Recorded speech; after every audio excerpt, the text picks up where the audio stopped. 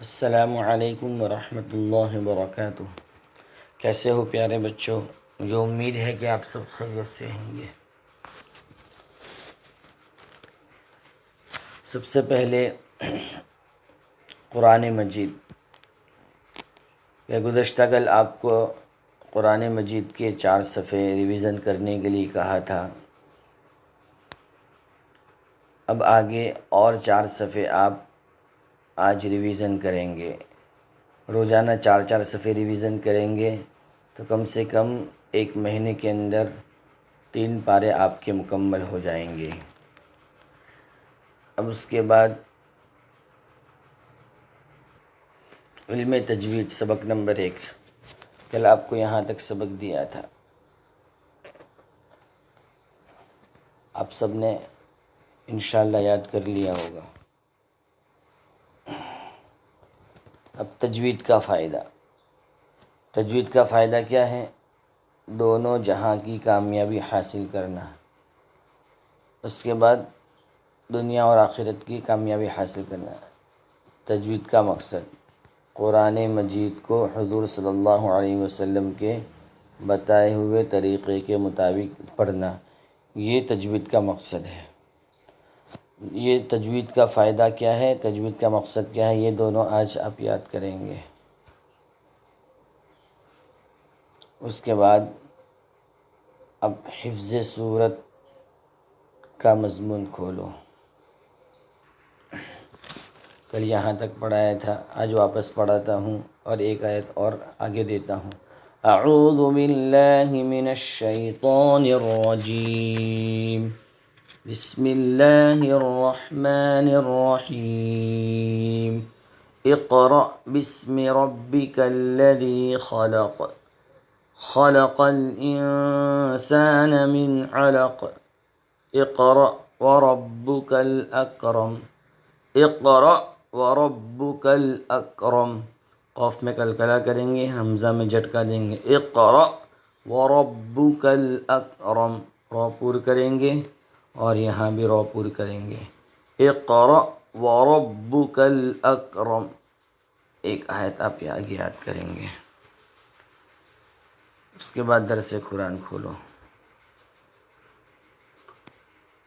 Page number 29۔ درس قرآن کی definition کیا ہے؟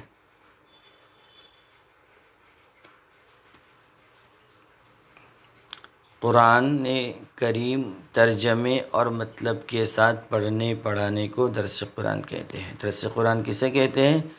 قرآن کریم ترجمے اور مطلب کے ساتھ پڑھنے پڑھانے کو درس قرآن کہتے ہیں۔ سبق نمبر 1، تعوذ۔ تعوذ کسے کہتے ہیں؟ تو اعوذ باللہ من الشیطان الرجیم کو تعوذ کہتے ہیں۔ اور اعوذ باللہ من الشیطان الرجیم کا لفظی اور محاوری ترجمہ کیا ہے؟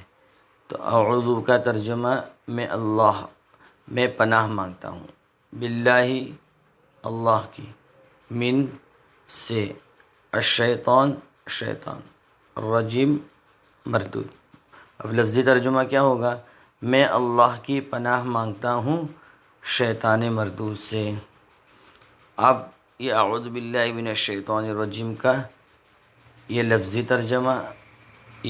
ترجمہ اور یہ محاوری ترجمہ، یہ دونوں آپ یاد کریں گے۔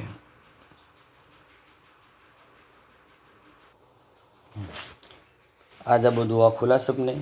پیج نمبر 48، سبق نمبر 1، دسترخوان اٹھانے کی دعا،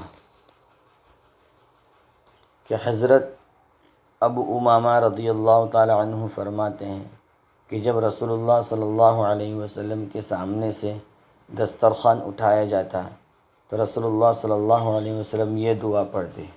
جب بھی رسول اللہ صلی اللہ علیہ وسلم کھانے بیٹھتے اور کھانے کے بعد دسترخوان اٹھایا جاتا تو ہمارے نبی کون سی دعا پڑھتے؟ یہ الحمدللہ حمدا کثیرا طیبا مبارکا فی، بس آدھی دعا آپ یاد کریں گے۔ کیا پڑھتے تھے؟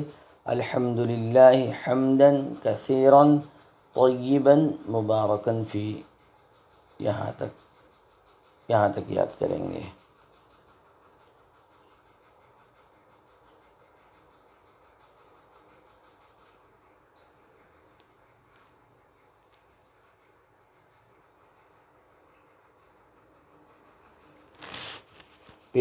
سبق نمبر 1، مفردات۔ کل آپ کو یہاں تک پڑھایا تھا 5 الفاظ، انشاءاللہ آپ نے یاد کر لیے ہوں گے۔ اب آگے حقیبتن، حقیبتن یہ عربی لفظ ہے اور اس کو اردو میں بیگ کہتے ہیں۔ اسی طرح ممحاتن، اردو میں اس کو ربر کہتے ہیں، جس کو ہم انگلش میں اریزر کہتے ہیں۔ رجل، اس کو یہ عربی لفظ ہے اور اسی کو اردو کے اندر مرد کہتے ہیں۔ 3 الفاظ یاد کریں گے آپ۔ اب اس کے بعد آپ اردو زبان کھولو۔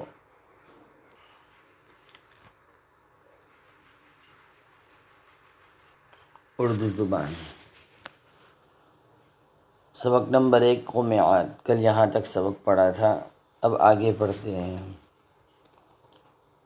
کچھ عرصے بعد حضرت نوح علیہ السلام کی اولاد میں بے شمار قومیں ہوئی، جنہوں نے پورے ملک آباد کیے۔ انہی قوموں میں سے ایک قوم عاد کے نام سے مشہور ہوئی۔ قوم عاد کے لوگ بڑے تنومند اور طاقتور تھے۔ تنومند کے معنی طاقتور، تنومند کے معنی طاقت والا ہونا۔ ہر ایک کو ہرا دیتے، جس پر چاہتے ظلم و زیادتی کرتے، کوئی ان سے جیت نہیں سکتا تھا۔ ہر ایک ان سے خوف کھاتا اور ان